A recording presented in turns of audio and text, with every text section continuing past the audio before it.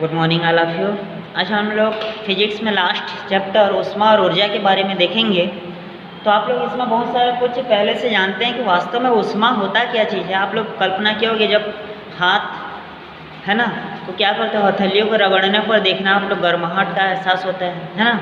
उसी प्रकार cycle tube के अचानक फट जाने से, तो इस प्रकार कई सारी चीज़ ऐसा होता है जहाँ पर हम लोग आभास होता है कि यहाँ पे कुछ ना कुछ ऊष्मा है ना, कुछ ना कुछ आपको क्या है, गर्माहट या ठंडेपन का आभास होता है। तो ये सब आपका क्या हो जाएगा, ऊष्मा हो जाएगा। ऊष्मा वास्तव में ऊर्जा का एक रूप होता है जिसको ना तो उत्पन्न किया जा सकता है ना ही नष्ट किया जा सकता है ना।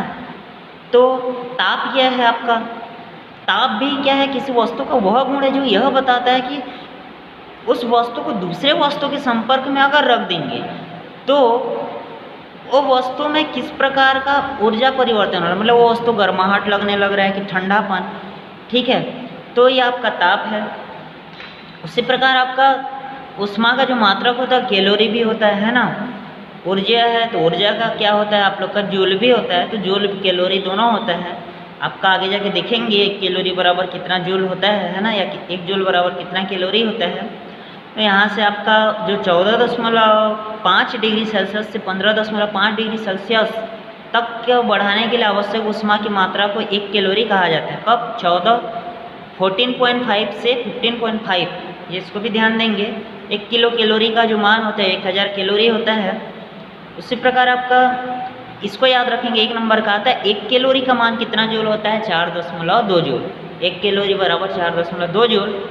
ताप को मापने की कई सारे इकाई हैं, जिसमें से पहला है सेल्सियस, फ़ारेनहाइट, रेमियर और केल्विन। परिभाषा क्या है कि किसी वस्तु का ताप जिसकी सहायता से मापा जाता है उसे थर्मामीटर या तापमापी कहते हैं।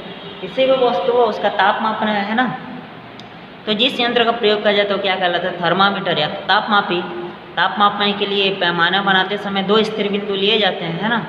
तो आगे जाके देखेंगे पहले बिंदु को अधो बिंदु और बाद वाले को क्या कहा जाता है, ऊर्ध्व बिंदु के नाम से जाना जाता है। तो जैसे कि सेल्सियस पैमाना है, तो अगर आप लोग सेल्सियस पैमाना को ध्यान से देखेंगे है ना, तो जैसे कि सेल्सियस पैमाना है, पहला है तापमापी का, पहला कौन सा है, सेल्सियस।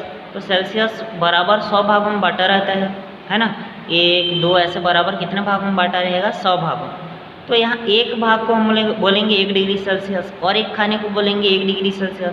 मतलब प्रत्येक खाना 1 डिग्री सेल्सियस होता है और कितने भागों में बांटा रहता है, 100।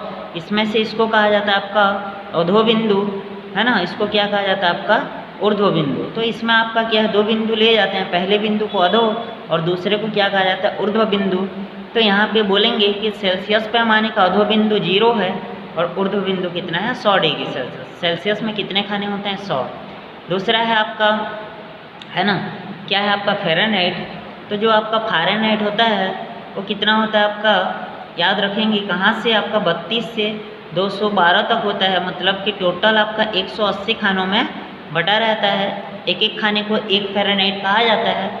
इसमें अधो बिंदु 42 हो जाएगा, 32 होगा, और ऊर्ध्व बिंदु कितना होगा, 212। 180 खानों में बटा रहता है, 32 से शुरू होता है, 212 पे ख़त्म होता है। तीसरा होता है आपका सेल्सियस, फ़ारेनहाइट। रेमियर होता है, रेमियर आपका 80 खानों में बटा रहता है ना, 0 से 80 तक रहता है। एक एक खाने को 1 मिलता है, तो टोटल कितने भाग होते हैं आपका, 80 भाग होते हैं। उसी प्रकार आपका लास्ट है, क्या मिलेगा आपका, जो चौथा होता है वो केल्विन होता है ना। तो केल्विन जो है आपका -273 से कहाँ तक जाता है, 273 डिग्री सेल्सियस तक, है ना। मतलब ये भी 100 भागों में बटा रहता है। सॉरी, ये 273 से कहाँ तक जाता है, 373 तक जाता है अधो बिंदु, और ये हो जाएगा आपका ऊर्ध्व बिंदु। तो ये इसका भाग है, आपका डिवाइड दिया गया है। सबको मिला के आपका एक सूत्र बनता है, सूत्र को याद रखेंगे, है ना। C/100 R/80, C/5 R/100। तो आपका एक सूत्र बनता है, वो सूत्र ये है कि आपका C/5 है ना, F/ कितना हो जाएगा आपका, F/ यहाँ पे हो जाएगा R/4, यहाँ पे F/T कितना हो जाएगा आपका, एक क्वेश्चन देखेंगे, है ना। इसमें F का जो मान होता है वो आपका कितना, F-32/9, सॉरी, है ना। ये क्या हो जाएगा, F-32/9 R/4 होता है, और K-273/5 होता है ना। तो ये आपका एक सूत्र होता है कि सेल्सियस को फ़ारेनहाइट में बदलना है, फ़ारेनहाइट को रिमियर में और रिमियर को केल्विन में, तो किसी को भी किसी में बदल सकते हैं, है ना। ठीक, तो ये आपका है तापमापी। तापमापी क्या होता है, जहाँ से आपका थर्मामीटर है, जहाँ से किसी वस्तु का ताप मापा जाता है। तो ये तापमापी कई प्रकार के होते हैं, आदर्श गैस, द्रव्य तापमापी, प्रतिरोध तापमापी, ताप विद्युत तापमापी और क्या है संपूर्ण विकिरण पायरोमीटर। तो यहाँ से आपका आदर्श गैस जो तापमापी होता है ये क्या है आपका, ये एग्जाम में नहीं आता है, बाकी ये थोड़ा सा ध्यान देंगे कि -200 से 500 तक का आदर्श गैस है ना, -30 से 300 तक द्रव्य तापमापी, 200 से 1200 प्रतिरोध, ये सब आपका आता है।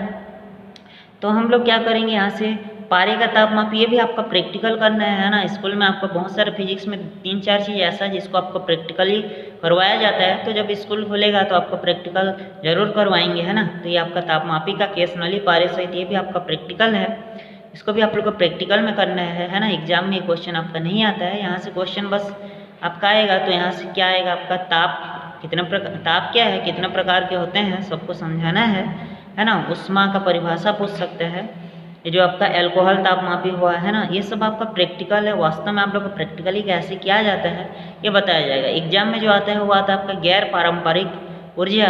तो गैर पारंपरिक ऊर्जा क्या होता है, आप लोग पढ़े हैं ये सब 10th में, ये 6 प्रकार के होते हैं। सौर ऊर्जा, नाभिकीय ऊर्जा, बहते हुए जल की ऊर्जा, पवन ऊर्जा, जैव ऊर्जा और भूतापीय ऊर्जा। तो इसमें से सौर ऊर्जा हुआ, है ना। तो इसको हम लोग कल देखेंगे, क्योंकि सौर आप लोग थोड़ा सा पढ़ेंगे इसको एक बार कि सौर ऊर्जा क्या होता है ना, नाभिकीय ऊर्जा क्या है, 6 का डिटेल, ये 6 नंबर का क्वेश्चन आता है, इस बार भी आएगा। तो कल हम लोग इसको देखेंगे। फिर आपको परसों क्या होगा, फिजिक्स में पूरा एक बार बताया जाएगा कि त्रैमासिक में कितना क्वेश्चन आएगा, किस टाइप का आएगा, ब्लूप्रिंट कैसा होगा, उसका डीपली हम लोग देखेंगे परसों की क्लास में। और आपको फिजिक्स में 1 से 6 तक आएगा, तो आप लोग क्या करेंगे, 6 पार्ट का तैयारी करते रहिए। जो भी प्रैक्टिकल बचा है स्कूल जैसे ही खुलेगा आप लोग को करवाया जाएगा, है ना। इसके बाद दूसरा चैप्टर का भी वीडियो 1-2 दिन बना दूंगा, आप लोग को डाउट था, बाकी को आप लोग बनाए रहेंगे। यहाँ से 2-4 लोगों का कापी चेक डेली होता है, एकांत हुआ है ना, बड़े गांव से 1 है और 2-4 हैं, बाकी लोग आप लोग नहीं बनाते हैं। तो आप लोग भी डेली का काम डेली कीजिए, नहीं तो आप लोग पछताएंगे बाद में।